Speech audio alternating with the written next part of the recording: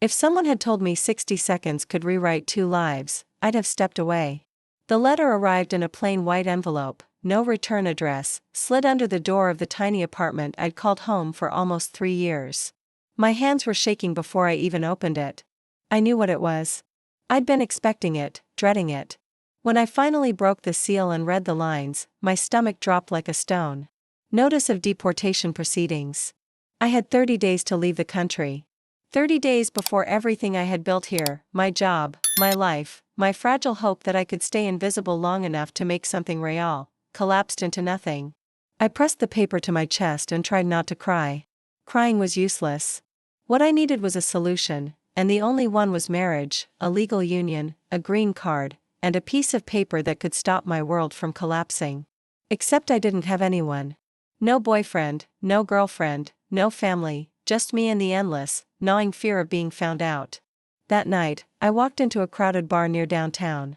The kind of place where the lights were too low, and the music was just loud enough to make it hard to think. I wasn't here to drink. I was here to find someone desperate enough, reckless enough, or maybe just kind enough to save me. It was insane. It was stupid. But what else could I do? My eyes scanned the room, searching for someone alone. Someone who looked like they didn't belong here either. And then I saw her sitting at the far end of the bar, nursing a glass of something clear, flipping through a book instead of a phone. She looked bored, detached, almost annoyed by the noise around her. Black hair tied back in a careless bun, leather jacket draped over her shoulders, lips curved in a line that made her look like she'd won an argument no one else had realized was happening. She didn't belong here, and maybe that was why I walked straight to her. My heart was racing so hard I thought I might pass out. "Hi," I said, voice trembling. She looked up, eyebrows arching. "Do I know you?" "No, but I need to ask you something. And I know it's insane, but hey, if you're enjoying this story, go ahead and drop a like to help us grow even more. And let me know in the comments. On a scale from 0 to 10, what score would you give this story so far? Your feedback makes all the difference. I don't have time to be careful." She closed the book slowly. That's one way to get someone's attention. I swallowed hard, fingers gripping the edge of the bar. "Will you marry me?" Her glass froze halfway to her lips. She blinked, tilted her head, and laughed. Not a cruel laugh, just startled. "Excuse me, I need someone to marry me for papers for survival." My throat tightened. "I'll pay you. I don't have the money now, but I'll work until I can. I'll give you every cent I earn. Please." She stared at me like I had lost my mind. Maybe I had. The silence stretched until I thought my knees would give out. Finally, she set her drink down and said, "You can't just walk up to a stranger and propose marriage." "I know." My voice cracked, but I don't have a choice. Something in my face must have convinced her I wasn't joking because her expression shifted. The sarcasm drained away, replaced by something sharper. "You're serious? Dead serious? You don't even know my name. Then tell me." A beat of silence, her lips curved into the ghost of a smile. "Sloane. Anna." I whispered back. "So, will you do it?" She leaned back, studying me like I was a puzzle. She hadn't decided if she wanted to solve. "Why me?" "Because you don't look like you'd say yes." Her laugh was softer this time. "That's the worst sales pitch I've ever heard." "Please," I said again, my voice breaking, every ounce of pride stripped away. "I'll owe you for the rest of my life if I have to. I can't go back. Not now." She exhaled slowly, tapping her finger against the rim of her glass. The seconds dragged like hours. Finally, she said, "I should say no. I don't even know you. This is insane." My chest caved. "Okay, I'm sorry. I shouldn't have," but she interrupted, her voice low, almost dangerous. "For some reason, I don't want to watch you walk out of here like the world just ended." My eyes snapped up. "You mean I'll think about it," she said. "Meet me here tomorrow. Same time. If you're still crazy enough to want this, maybe I'll be crazy enough to agree." My breath caught. I nodded, too stunned to speak. As I stumbled out into the night, the deportation notice still folded in my pocket like a curse. I realized 2 things. I had just asked a stranger to marry me. And maybe, just maybe, she hadn't said no. The next day, I was there early, nerves chewing through me like they had little teeth. I wiped the same invisible ring of condensation off the bar 3 times before the bartender finally slid me a water with a look that said, "Calm down." And I tried. I really did. but calm was the one thing I couldn't afford. 30 days had turned into 29 overnight, and time felt like a hallway that kept narrowing, a door closing in slow motion while I scrambled for anyone that could wedge it open. When she walked in, the room seemed to notice, heads tilted. A hush snapped like static, and then the noise returned as if embarrassed. It had paid attention. Sloane wore the same leather jacket, but her hair was down now, a dark sheet that caught the dim light, and she had that measured way of walking like the floor had been designed to carry only her weight. She found me without looking. "You came," she said, as if the fact surprised and didn't surprise her at once. "You asked me to," I replied, and my voice betrayed me by shaking on the last word. She sat, placed her book on the polished with like a boundary she could lift at any moment and watched me with eyes so steady I felt like a classroom caught cheating. "I did," she said. "And I've been thinking." It scared me how much I wanted her thoughts to save me. It scared me that someone else's decision could determine whether my life here kept its shape. "I don't do impulsive," she continued, rolling the edge of her glass between her fingers. "I make lists. I research. I ask what happens next and next after that, but I didn't sleep last night. And every time I closed my eyes, I saw your face when you said please. And I heard something in my head say, do not look away." I held my breath until it hurt. "So, you'll do it?" I asked, and the question felt like stepping off a ledge. "Maybe," she said, and the maybe landed like a rope thrown across a river. Not enough to cross, but enough to grab. "But if I say yes, there have to be rules and honesty and an understanding that this isn't a movie montage. This is risk that could take us both down if we're reckless." Shame burned hot under my skin. I nodded too fast. "I know. I'm not trying to drag you into something criminal. Anna," she interrupted gently. "My name a cool palm on a fever. The line between survival and fraud is thin enough to slice you open. If this happens, we have to walk that line with our eyes open, not pretend it isn't there. We talk to someone qualified. We do nothing we're not willing to say in front of a judge. I don't go to jail for a stranger, even a compelling one." A laugh broke out of me before I could stop it. "Brittle and grateful." "Understandable," I said. "I don't want jail for either of us. I want breath, space to breathe without checking the street every 10 seconds. She tilted her head, studying me with that unhurried attention I was already starting to crave. "Tell me the truth," she said. "All of it you can stand to say." So I did. I told her about arriving with a suitcase that squeaked and a promise I made to a mother who packed oranges in my bag and said, "Find the life that doesn't grind you down." I told her about the first winter when my fingers cracked washing dishes for 12 hours a day. About the English that sounded like pebbles in my mouth until it didn't. About the landlord who stopped answering texts the second the rent was late by 20 minutes. I told her about fear, the kind that sits on your chest at 3 a.m. and counts the things you can lose like it's reciting a lullaby. I told her about the letter and the way the words looked like a hole punched in a map. She didn't flinch. She didn't say poor thing or you should have done this or why didn't you do that. She listened the way people say prayers with all the noisy parts of themselves turned off. And when I ran out of facts and had only feelings left, she let those live in the air between us without embarrassment. "What about you?" I asked when I remembered reciprocity was a kind of mercy. She blinked once like the question had knocked. "Me? You make lists," I said. "You research. You read a book in the loudest bar I've ever been in.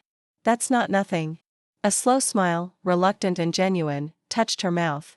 "I work for people who think they can bend cities by talking louder," she said. "I make sure they follow rules even when they want to crush them. My father died when I was 20, and my mother taught me not to owe anyone money or explanations. Then she took a job on the other side of an ocean because she doesn't like staying long enough in one place to be disappointed by it. I have a habit of keeping my coat on at parties because I never believe I'm not about to leave. I'm good in emergencies. I'm bad at letting people know I'm afraid." It struck me, the slant of it, how someone so composed could be wired for departure. "You didn't leave last night," I said. "No," she said, meeting my eyes. "I didn't." We sat with that like it was a candle between us, flickering and ridiculous in a room full of neon. "If we do this," she said, finally a pivot into a different air. "I want you to understand something. I won't pretend in my home and I won't lie with my signature. If I stand up with you, I stand up as myself and I won't be able to do that unless we decide to try for a real life, not a staged one." "Try," she repeated as if the word were fragile and worth polishing. "It might fail." We might hate each other by Friday, but I won't file an application for a love I don't agree to attempt. The world tilted, soft and seismic. I had walked in ready to barter my soul for a stamp. Here she was offering something that sounded like dignity. I don't know how to be anyone but myself, I said, throat tight. I can do trying. I can't guarantee I'll be easy. She huffed laughter. I don't like easy, she said. It reads like a lie. You really think we could? I couldn't say the word. Love felt like a suit I wasn't allowed to wear. She spared me. I think I could look at you in the morning, she said, and those 8 words threaded a needle and pulled me through. I also think we need to talk to a lawyer before either of us says yes. I nodded, dizzy with relief that had logic in it. I know someone, she added when my face confessed. I did not. Not my client's guy, a real one. Private, discreet. She'll tell us what's right and what burns you. If you still want to proceed after that, we set terms, boundaries, timelines, and you do not owe me your future earnings like a debtor in a bad novel. But I promise money, I blurted, embarrassed by how small my voice sounded when I tried to be noble. You shouldn't do this for free. I'm not, she said. I'll take payment in the only thing worth anything here. Clarity. If we choose this, it's because we both do. Eyes open. And because we're both allowed to say no if the ground shifts under us. I'm not your savior. I'm a person who for some reason would rather step into the storm with you than watch you drown. It landed inside me like bread after hunger. Okay, I whispered. Okay. Finish your water, she said, nodding at my barely touched glass. Then come for a walk. I think better around corners. We left the bar and the day was young enough to be kind.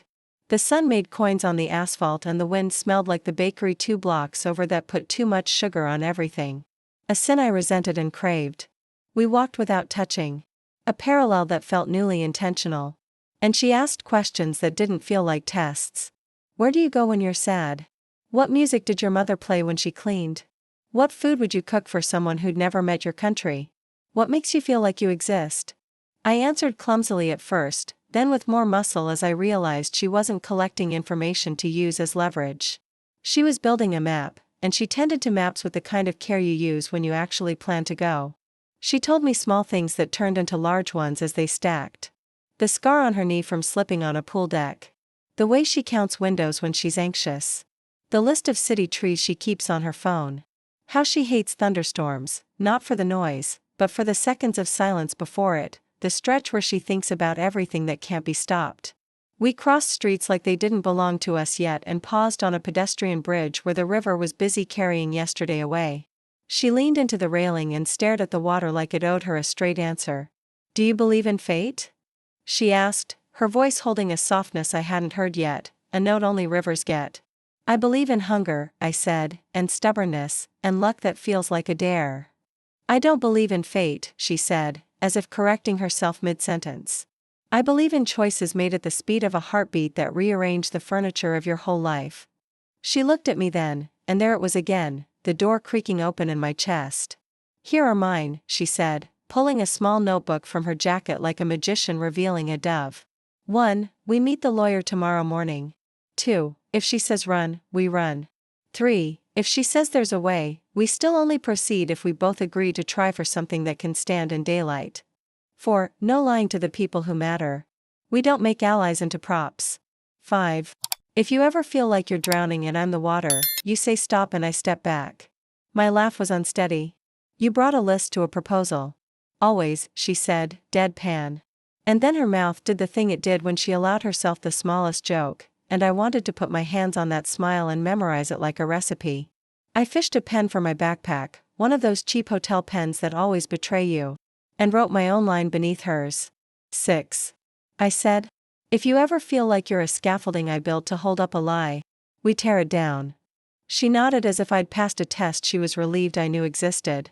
We stayed on the bridge until the wind made our fingers numb, and when we turned back toward the bar, the distance between our arms had shortened by some invisible measurement I could feel in the heat radiating from her coat. Outside the door, she stopped, the glass reflecting us as if we were already a pair. I didn't say yes, she reminded even as the corner of her mouth betrayed her. I know, but I didn't say no. I know that, too. You're still sure? No, I said, honest and lightheaded. But I'm certain, she barked a surprised laugh. That doesn't make sense. It does to me. She shook her head, then sobered. Anna, if I do this, it won't be because you owe me. It will be because I decided I want my life to include your stubbornness and your oranges in a suitcase, mother, and the way you look at the future like it's a dough you can convince to rise by force of will. If I say yes, you don't pay me back with money. You pay me back by telling me the truth even when it's ugly. I can do ugly truth, I said. I've been living in it. Something in her eyes flickered as if a match had taken. Tomorrow. She said 9 a.m. coffee first, then the lawyer. Okay. And Anna? Yes. If after all of that, we still decide to sign a paper together. I want our first kiss to be one we choose, not one we barter. Heat rushed to my face so fast. I wanted to step into the river. I was grateful suddenly for winter air. We didn't last night. I didn't. You didn't, she agreed. And her voice made it sound like bravery.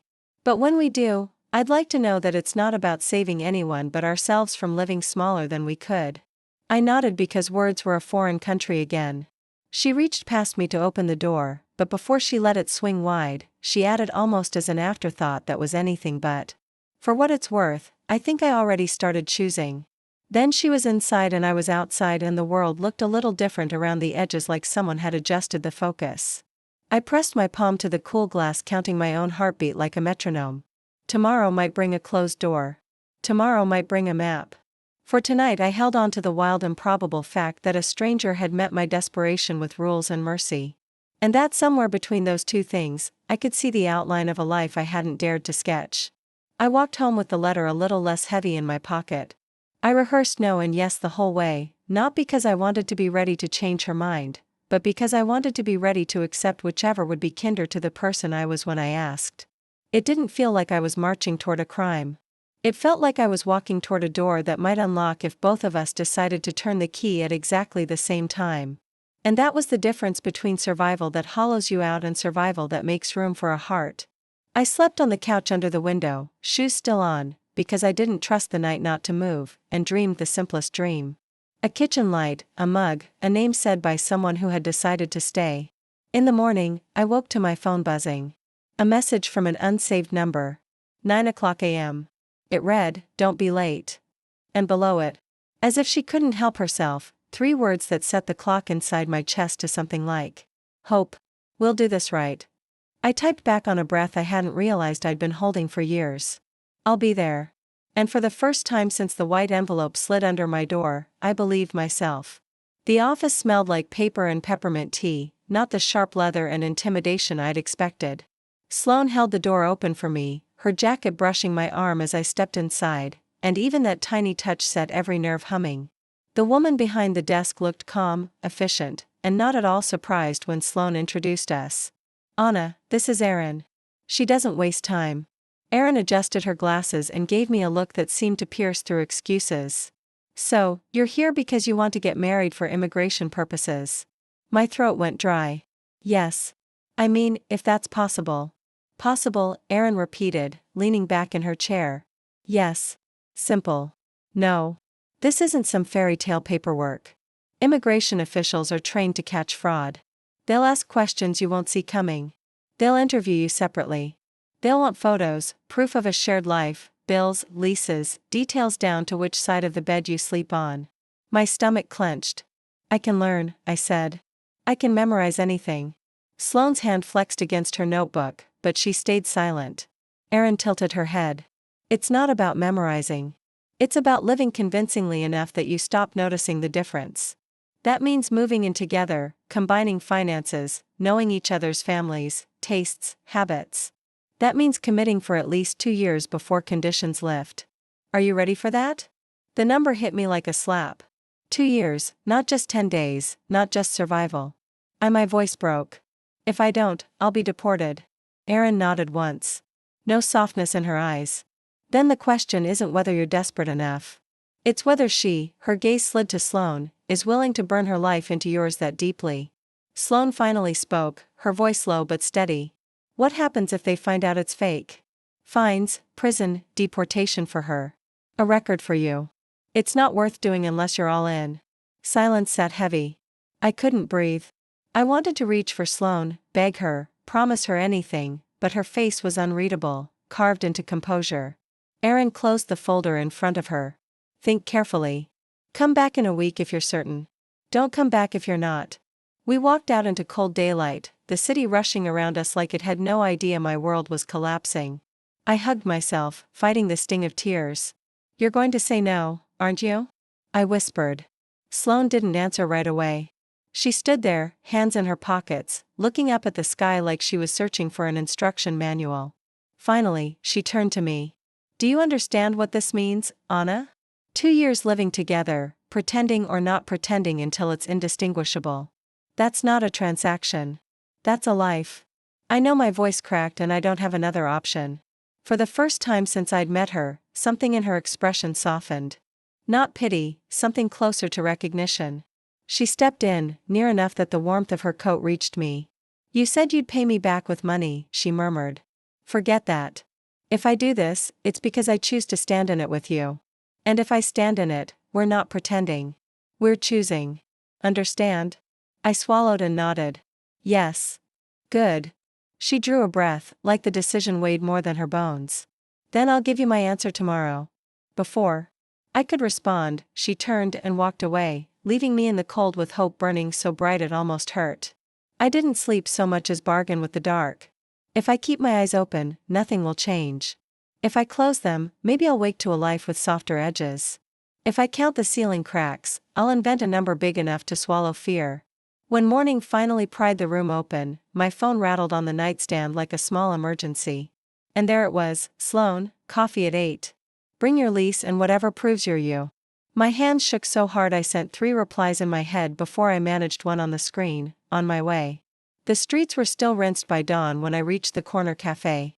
She was already there, hair pulled back, jacket folded with precision on the neighboring chair, a folder stacked with color-coded tabs that made my stomach loosen and tighten at once.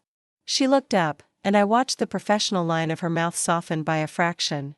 When she saw my face, a change so small anyone else would miss it, and so enormous it felt like being let out of a locked room. Sit, she said, and slid a coffee toward me exactly the way I take it, which would have been romantic if it weren't proof she'd interrogated my habits the night before and written them down in that quiet brain of hers where facts turn into solutions. I handed her my lease, my payabs, the photocopy of my passport, the letter I hated, and she placed each item with a care that made me want to cry. I spoke to Erin again, she said, tapping the top of the folder. There's a path. It's narrow and steep and full of places to fall, but it exists. If we commit to a real life for 2 years, if we marry at the courthouse, if we move in immediately, if we combine what can be combined without wrecking either of us, if we learn each other like it matters, because it does, then we can file and breathe between the interviews. I didn't realize I was gripping the paper cup until it buckled. Does that mean yes, she said, and the word was so simple I almost missed it. When it landed, my chest emptied and flooded at once. I'm saying yes, Anna. Not to theater.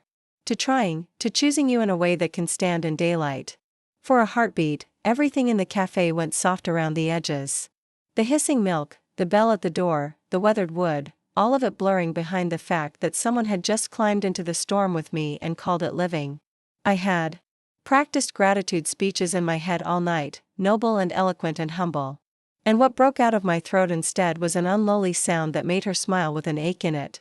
We're going to do this right, she said, and turned the folder toward me so I could see the plan. Bullet points like stepping stones. 1. Courthouse appointment request submitted. 2. Meet Erin this afternoon to sign attorney of record and map evidence list. 3. Add Anna to my lease and utilities. 4. Open a joint account for shared expenses with documented deposits. 5. Move your essentials today. 6. Practice interview questions nightly. 7. Tell 2 people each we trust. So our world isn't built entirely of secrecy. 8. Document ordinary things, receipts, dinners, the stupid socks you buy each other. Because ordinary is what convinces people we're real. I traced each line with my eyes like a prayer. I was learning by heart. I can still back out if this feels wrong to you, she added, voice lower. And for the first time, I saw the vein of terror that ran under her steel. 2 years is a decision you're allowed to remake until the moment we sign. I don't want to run, I said, surprised by how true it sounded in the air. I'm tired of running. She nodded once, decision setting her posture like a spine. Then we start today. We left the cafe and the morning brightened as if it had been waiting for us to choose. At my studio, I flung the door open on a life too small for the amount of feeling inside it. Half a bed, a table with one good leg and one improvisation. A shelf of cookbooks my mother would have approved of on principle and scolded me for on price. One plant that refused to die just to spite me. Sloane stood in the doorway absorbing it all without commentary and then slipped her jacket off and rolled her sleeves like she was about to help me lift something heavy I'd been carrying alone. Essentials first, she said, finding the cadence of emergencies again. Documents, more clothes, anything sentimental you'd punish yourself forever for forgetting. We moved like people who had known each other longer than a bar and a bridge. I packed, she labeled. I hesitated over a chipped mug that used to be my mother's, and she held out both hands, as if taking an infant, and carried it to the box like it was a vowel we couldn't lose. My neighbor, Mrs. Rivera, from across the hall, peered out with rollers in her hair and suspicion in her eyes, and then recognized the shape of panic on my face, and smuggled us packing tape with the solemnity of a sacrament. When she asked who this woman was, my mouth didn't know how to answer, and my brain remembered Aaron's rule about not lying to the people who matter. This is Sloane, I said, and I watched the word choose its own weight. She's helping me. Mrs. Rivera's gaze slid over Sloane's steady hands and clean lines, and landed on the way she stood inside my threshold without swallowing the room, her eyes softened by a fraction. You let me know if you need a ride, she said, and to Sloane. You drive careful with my girl's life in that trunk. I will, Sloane said, and something like respect passed between the two of them that made my throat burn. At her building, the elevator smelled faintly of vanilla and new paint. Her apartment looked like a person who always expected guests, spare but warm, books stacked in ways that suggested both taste and trio, plants thriving, art that meant something to someone. She cleared a drawer and then handed me hangers that matched and didn't make a ceremony of the generosity. I put my toothbrush in her cup and watched it sit there like a trespass that decided to be a belonging. We made a small, ridiculous space for my mother's mug beside her sleek white ones, and it looked wrong and perfect. She opened her closet and told me which side was colder, and how she slept with the window cracked even in winter, and that she would adapt if my lungs threatened mutiny. We did the utilities. The lease addendum, the bank appointment. Each task rung on a ladder out of a hole. We should talk about boundaries, she said while we waited on hold with a customer service that kept asking if we were satisfied with our experience. She was looking at the fridge like it could hold our lives if we wrote them down. Food mornings. Guests, the degree to which I am allowed to alphabetize your spices without you throwing me out. You alphabetize spices vigorously, she said. And the deadpan was a beam I could walk across. Okay, I said. Boundaries. I wake up early and sing without meaning to. You're allowed to ban me from doing that before 8. I take hot showers until the water loses its will to live. I will set a timer. I cry at commercials, but only the ones with dogs. I don't like thunder either because of the part before the sound. She looked at me fast. That same caught look from the bridge when the river took something for safekeeping. Me too, she said. The silence is the worst. We put a magnet on the freezer and called it the list place, and in shaky handwriting we wrote groceries, rent, Aaron, socks, electricity, breathe. At noon, we sat with Aaron again and signed things with our real names. She gave us a checklist that made the first one look like a children's menu and told us the courthouse backlog was a storm that could part suddenly and drown the unprepared. Keep your bags packed, she said. They call you go. We spent the afternoon doing ordinary miracles. Buying 2 cheap mugs that said bride by mistake because the clearance bin didn't care about our timeline. Letting the clerk hand us a receipt with a heart doodled on it. Standing at the pharmacy arguing gently about toothpaste like people do when they plan to wake up next to each other and share mint. At home, we cooked badly together on purpose because I wanted to hear her laugh when the garlic jumped from the pan. And when it came like a window unlatched, clean and surprised. After dinner, we sat at the table with Aaron's sample interview list and quizzed each other with questions that felt like dares and vows. Where did we meet? A bar where she refused to be background noise. What's my favorite meal? Anything citrus because my mother said oranges taste like mornings. What side of the bed do I sleep on? I didn't. Not really. I slept like a fugitive. She said left and I said right. And then we both looked at the bedroom like it might answer us. What's her worst habit? Counting exits. What's mine? Counting losses before they happen. What's the name of the plant I will absolutely kill by accident? The spider plant with too much pride. What perfume does she wear? None. Just soap and a little mint and something like paper. By the time the dark climbed the windows, I knew the shape of her day. And she knew the scar on my knee from falling out of a fig tree when I was 9. And the way I pinched the bridge of my nose when I'm lying. No lying, she said, tapping the paper. And I heard what she meant even when she didn't say the rest. No lying, I echoed and felt something in me take a breath I hadn't thought it deserved. The bedroom decided itself because we let it. The bed was bigger than mine had been, and the sheets smelled like lavender and assurance.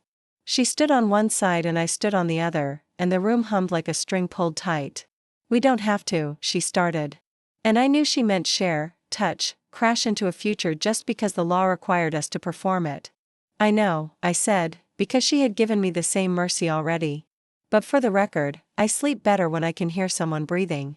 She looked at me for a long beat like I had just undone a knot she'd had in her ribs for years. And then she flicked off the lamp and the room exhaled. We lay there not touching. Two lines in a field that had not decided to cross, listening to the city do its unfixable business, and the quiet between us wasn't empty. It was full of all the things we weren't rushing. My phone lit the ceiling with a blue ghost of news. I rolled to check it, heart miscounting for reasons that had nothing to do with danger for once. And there it was. Aaron, courthouse just called. Friday 9:20 a.m. cancellation slot opened. Can you make it with IDs and one witness? My breath left me so fast I had to sit up. What is it? Sloane asked, voice low, already halfway to purposeful. I turned the screen so she could see and watched her pupils widen to let the future in. 2 days, she said, and every part of her galvanized. We can make 2 days. A witness, I whispered. Because for all the lists and papers and neat stacks, what if our lives contain no one who could stand beside us and say this is real? She was already moving, reaching for the pen on the nightstand. Writing names in the dark on the back of Aaron's checklist like a person who knows that sometimes the right witnesses are the ones who saw you before you could see yourself. We'll ask Aaron, she murmured. And the bartender and Mrs. Rivera, and she stopped when I touched her wrist without thinking, the moment landing between us like a decision we hadn't remembered we were making. We're really doing this, I said. And this time, the tremor in my voice wasn't fear. It was awe. We are, she said. And in the shadowed room, I heard the smile that hadn't quite learned how to be easy. And the clock on my phone ticked toward a morning where 2 signatures would rearrange the furniture of our lives. And all I could think, absurd and simple and enormous, was that I knew which coffee she'd want when she woke. The day before the courthouse felt like a stopwatch pressed to our throats. We woke before the alarm, drank coffee standing up, and turned Aaron's checklist into tiny victories. Print the lease addendum with both names. Open the shared expenses account and drop in $10 each like planting a flag. Snap time-stamped photos that didn't look staged. Me making eggs while Sloane steals the spatula. Her alphabetizing my spices while I try not to laugh. The two of us arguing over whether the plant near the window is dramatic or merely thirsty. Evidence that ordinary had begun. We needed a witness. I knocked on Mrs. Rivera's door with my heart in my hands. And she answered in rollers and lipstick, listened, crossed herself. Then said in Spanish, "You will not face a judge alone." And I nearly cried into her floral robe. "I'll be there, MCA," she said. "And I will bring tissues for everyone." Sloane's mouth did that infinitesimal curve that meant relief. Later, at lunch, she dragged me into a strip mall jeweler and bought 2 thin silver bands that felt like promises we were too careful to name. "Receipts," she whispered. But her fingers shook when I slid hers on to check the size, and my own throat closed when she slid mine on, and the cool metal warmed almost instantly as if it had been waiting for skin. We practiced interview questions, walking home, favorite foods, worst habit, where do you keep the extra towels? Then slowed at the last one on the page, the one Aaron had starred. Why did you marry? Sloane stopped under a street light and looked at me like the question had teeth. Because fear is loud, she said finally. But staying is louder. And the way she said staying made something click in my chest like a lock recognizing its key. At home, we taped the receipt to Aaron's folder, fed the plant, argued gently about whether the witness should sit to my left or right, and then the sky rolled its first warning. The storm came without rain, just that muffled air before thunder that steals the oxygen from your lungs. I saw Sloane's shoulders tighten, the exact flinch I knew too well, and the room shrank to the space between us. I could talk through it, I offered, or we could count songs or make tea or stay, she said so quietly I barely heard it. So I did. I sat beside her on the edge of the bed and told her the silliest stories I had. My mother's superstition about peeling oranges toward the sun. The way I named all my suitcases after saints who traveled badly until the silence cracked and the thunder finally arrived and we both laughed at having survived the worst part. When it faded, the apartment felt changed like a room after a blessing. Sloane touched the magnet list on the freezer, the one that said breathe, and then she turned to me with an expression I didn't know how to protect myself from. We said our first kiss would be one we chose, she murmured. Not one we barter. I nodded, heart sparking. Then let's choose. The kiss was soft and terrifying in the only good way. Nothing to prove, no audience, just the clear fact of her mouth on mine, and the years of unslept nights sliding off my shoulders. She exhaled against me like relief. I whispered, thank you, against her lip without meaning to, and we broke apart with the kind of smile people wear after deciding to live. My phone buzzed. Aaron, courthouse cancellation just opened for today at 4:10 p.m. Judge available. Can you make it with IDs and witness? My breath misfired. Today, I said, showing her the screen. Sloane didn't even blink. She reached for her jacket, grabbed the folder, tucked loose hair behind her ear with surgeon calm, and said, call Mrs. Rivera. I'll order the car. We're ready. And for the first time, I believed her. We didn't even have time to panic. 1 second, we were in pajamas with a messy kitchen. The next, we were racing through the city in the back seat of a ride share. Sloane with a folder open on her lap, me clutching the rings like they might disappear. Mrs. Rivera slid into the car last. Lipstick brighter than the sunset, and declared, I will cry. But I will cry quietly. Sloane almost smiled. The sharp edges of her focus softening for half a breath. At the courthouse, the clerk barely glanced at us before handing over forms thicker than a Bible. Fill these out. Judge will see you in 10. My hand shook so badly, I smudged the ink. Sloane studied the paper with her palm, not touching me exactly, but anchoring me all the same. When it was time, we followed the clerk into a wood-paneled room where the judge looked as tired as a man who'd seen every version of love and fraud. He raised an eyebrow. Names? Sloane spoke first, crisp and certain. Sloane Hart. Ana DaCosta, I whispered, and the sound of my name next to hers made the whole thing tilt toward real. The judge skimmed the documents. Witness. Mrs. Rivera raised her hand like she was volunteering for battle. Present, I have known Ana since she carried her groceries up 3 flights alone and refused help. This woman, she pointed at Sloane, cooks eggs like someone who has already decided to stay. I approve. The judge coughed to hide a laugh. Fine. Rings. Sloane passed his gaze like it was another test. Yes. She took my hand, slid the silver band onto my finger, voice steady, for proof, for protection, for trying. My throat closed, but I managed to do the same for her, whispering, for breath, for staying, for us. The judge signed the certificate with a bored flourish. Congratulations, you're married. It should have felt fake. It should have felt like a trick. Instead, standing there with her hand still wrapped around mine. It felt terrifyingly like the beginning of something that might undo us both in the best way. When we stepped outside, Mrs. Rivera dabbed her eyes and announced she was making a canoe to celebrate. Sloane turned to me on the courthouse steps, the city buzzing around us, and for once she looked unguarded. Well, wife, she said, almost playful, ready to convince the world. I laughed, dizzy. The world doesn't scare me half as much as you do. And then, because we had to walk forward or fall apart, we went home together, married, legal, and balanced on the edge of a future neither of us had planned. The apartment looked the same, but it didn't feel the same. The toothbrushes leaned together in the cup like they knew a secret. The plant looked smug. Even the magnet list on the freezer seemed to shimmer with new weight. Married. The word followed me around like a song stuck in my head. Sloane dropped the folder on the table, kicked off her shoes, and leaned against the counter with a posture of someone pretending not to be shaken. Well, she said, we did it. Yeah, I whispered. We're married. The silence that followed was thick. Not awkward exactly, but full of things we weren't sure we were allowed to say. I set the rings box on the shelf next to my mother's mug and realized my hands were trembling. Sloane noticed. She crossed the room slow, deliberate, until she stood close enough for her warmth to brush my skin. Scared, she asked softly. Terrified, I admitted. Me, too, she said. And that was somehow the kindest thing she could have given me. We ate Mrs. Rivera's Eros's con pew straight from the pot, sitting side by side on the couch, laughing when the rice spilled onto the cushions. For a moment, it was easy, almost normal. Two women sharing food, not two women bound by a paper that could save or ruin us. Later, in the bedroom, the air shifted again. She stood by the window, pulling her hair loose, while I tried not to panic about which side of the bed was mine now. Finally, she looked at me, eyes softer than I'd ever seen them. Anna, we don't have to rush anything. Not tonight. Not ever. But I want you to know, she hesitated, then continued.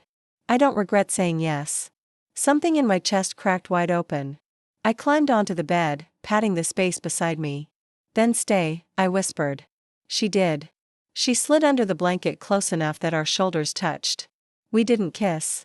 We didn't even hold hands. We just lay there breathing in sync, the city humming outside, the rings cooling on our fingers like quiet promises.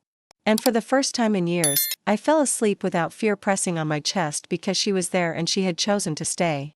Morning light slipped through the half-open curtains, painting the room in gold.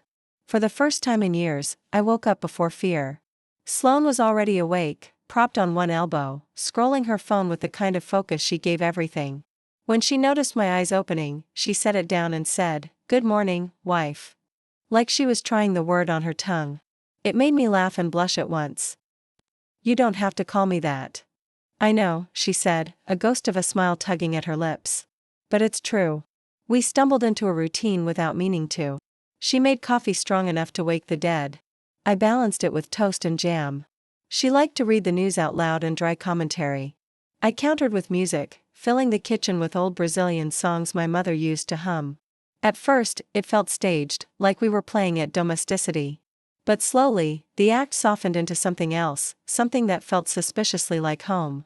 When Aaron texted asking for photos of normal life, Sloane dragged me into the kitchen, flour on my cheeks, her arms slung around me as if it belonged there. The shutter clicked. Later, looking at the picture, I realized it didn't look fake. It looked like us. But there were cracks in my calm. Every time the mail came, I felt my chest tighten, expecting another letter that could ruin everything. Sloane noticed. She touched my wrist one afternoon and said, "We'll get through this together." The way she said together made my heart stumble. That night, as we folded laundry, her shirt brushed mine and the air between us shifted. My pulse jumped. She glanced at me, eyes darker, lingering longer than they should. For a second, the whole world shrank to that almost touch, that almost kiss. But she looked away, folding carefully, giving me space. "We're learning," she said softly. One day at a time. I nodded breathless. But my chest was already betraying me. Because I didn't just want safety anymore. I wanted her. The tension had been building all day, sharp and invisible, like static before a storm. It was in the way her hand brushed mine when she passed the salt. In the way I caught her staring when she thought I wasn't looking. In the way silence stretched too long before one of us filled it with nervous laughter. That evening we sat on the couch with Aaron's list of married couple-proof tasks, photos, receipts, shared playlists. "It feels ridiculous," I muttered, tossing the pen onto the coffee table. "Love isn't supposed to be documented like taxes." Sloane raised an eyebrow. "Who said anything about love?" The words hit harder than they should. I looked at her, heart thudding, and she must have seen the flicker of hurt on my face because her expression softened immediately. "I didn't mean yes," I whispered. Silence fell again. This time it wasn't awkward. It was dangerous. She leaned closer slowly, like testing gravity. I forgot how to breathe. Her hair brushed my cheek, her lips a breath from mine, and the room spun with the possibility of a kiss we had promised to choose, not barter. "Sloane," I whispered, my voice shaking. "Anna." Her voice was low, steady, but her eyes betrayed the same storm tearing through me. We hovered there, suspended, hearts racing in sync. I could almost taste her. Almost. Then her phone buzzed on the table, shattering the moment. She pulled back fast, the spell broken, her wall snapping back into place. "It's Aaron," she said, voice too calm. "An interview scheduled, 2 weeks. 2 weeks. My future would be decided in 2 weeks. I nodded, trying to hide the ache of what almost happened. But as she turned back to her phone, her hand brushed mine again. And this time, she didn't move it away. 2 weeks sounded like forever, but it passed like a countdown. Every night after work, Sloane quizzed me with a list of possible questions. Her voice calm and steady while mine trembled with nerves. "What side of the bed does she sleep on?" she asked. "Right," I said. Her eyes flicked to me, teasing. "Wrong. You drift. You always end up in the middle." I laughed, embarrassed, but she smiled like she was memorizing me. Some nights we cooked together for the sake of receipts. Other nights, we fell asleep on the couch. Erin's checklist scattered around us. Slowly, what began as practice started to feel real. I learned she hated olives, but loved lemon on everything. She learned I couldn't fall asleep without music playing softly in the background. One evening, we staged photos for evidence, laughing in the kitchen, sharing wine, tangled on the couch. At one point, she reached across, brushed a crumb from my lip, and froze. Her thumb lingered, her gaze locked with mine, and the air thickened with something unscripted. "This doesn't look fake," she whispered. "Because it's not," I whispered back. The words slipped out before I could stop them. "We didn't kiss." She pulled away, running a hand through her hair like she was furious at herself. But something between us had shifted. That night, as we lay in the dark, her voice broke the silence. "Anna, if they ask me why I married you, I'll tell them the truth." My heart stopped. What truth? That I wanted to stay. The days crawled toward the interview, but inside the apartment time ran differently. Every morning, Sloane poured my coffee before I asked. Every night, I found my pillow smelled faintly of her shampoo. We weren't pretending anymore. Not really. One evening, we practiced again. "What's her favorite childhood memory?" Sloane asked. "My mother singing while peeling oranges," I answered. She smiled softly. "That one I knew already." We ended up sitting too close on the couch, the list of questions forgotten between us. Her knee brushed mine and neither of us moved away. "You know this isn't part of the checklist, right?" I whispered. "Maybe it should be," she murmured. Her hand found mine, fingers curling tight. The kiss felt inevitable like gravity. No bargaining, no staged affection, just the sharp, sweet relief of finally crossing a line we'd been circling for weeks. Her lips were warm, steady, searching, and I kissed back like I've been holding my breath since the day I met her. When we pulled apart, we were both breathing hard. "That was reckless," she whispered. "Then let's be reckless again," I said and kissed her once more. The rest of the night blurred into laughter, confessions, and a closeness that scared me almost as much as it saved me. We weren't just preparing for an interview anymore. We were falling. And somewhere deep down I knew there was no way back. The morning after the kiss, everything felt sharper. Coffee hotter, the air heavier, her presence impossible to ignore. I kept replaying it in my head. The way she had pulled me closer, the sound she made when she finally let go. But Sloane was quiet. Too quiet. Over breakfast, she tapped her pen against Erin's list. "We can't let this distract us. The interview is in 5 days. Distract us?" I repeated, my heart sinking. She sighed, setting the pen down.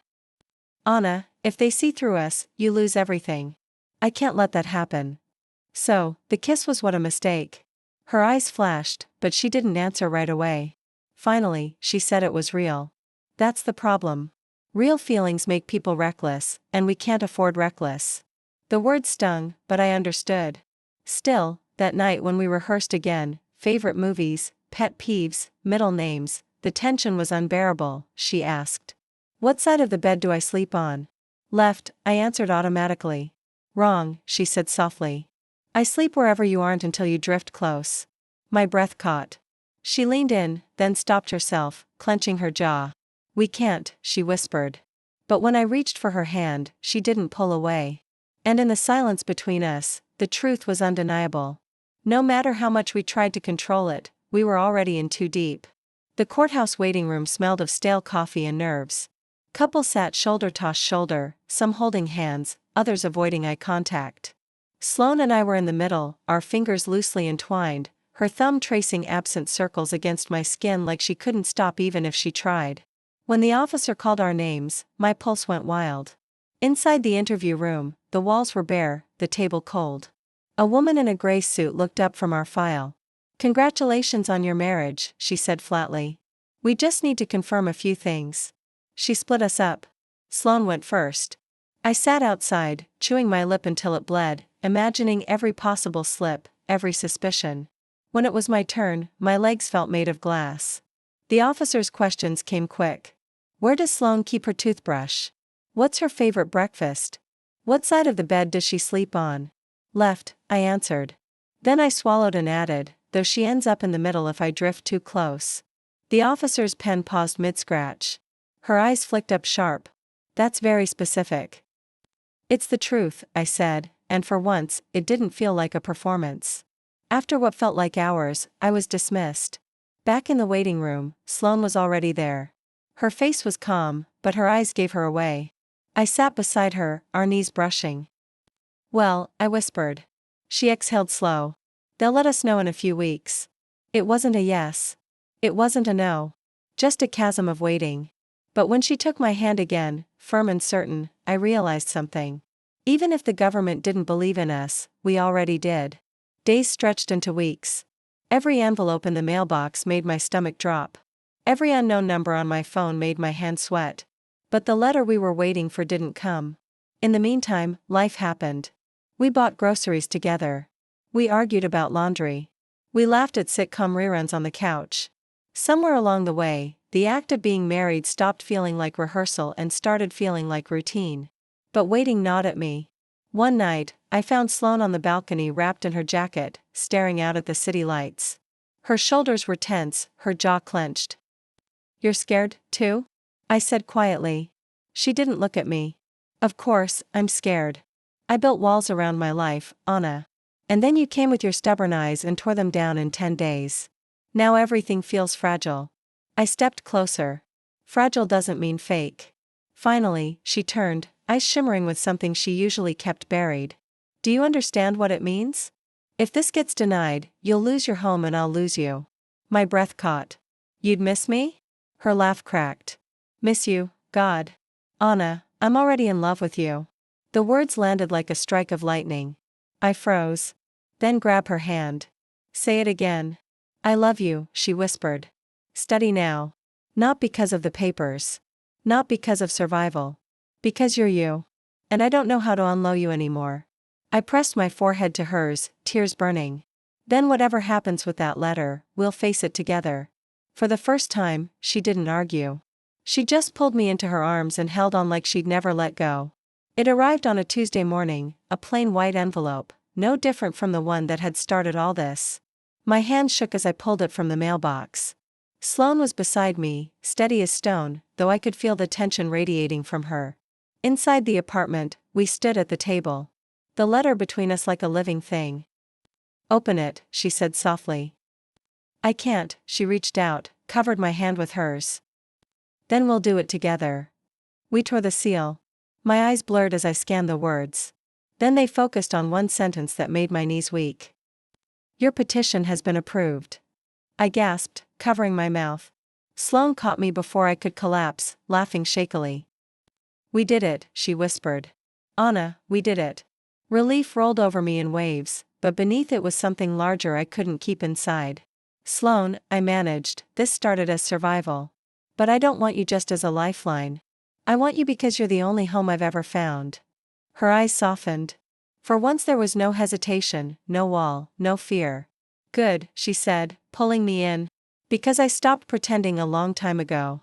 The kiss that followed wasn't like the first frantic one or the stolen ones after. It was steady, sure, threaded with promise. It wasn't about proving anything to anyone. It was simply ours. Later, we taped the approval notice to the fridge, right beneath the magnet list. In shaky handwriting, I added one more word, forever. Sloane laughed, kissed the top of my head, and whispered, finally, "Something worth not running from." And just like that, what began as a desperate deal became exactly what neither of us had planned but both of us needed: love. If you enjoyed this content and want to support the channel in a special way, please click the thanks button below, the one with the heart and $sign icon. With super thanks, you can make a direct contribution to the channel, which helps me keep creating awesome videos for you.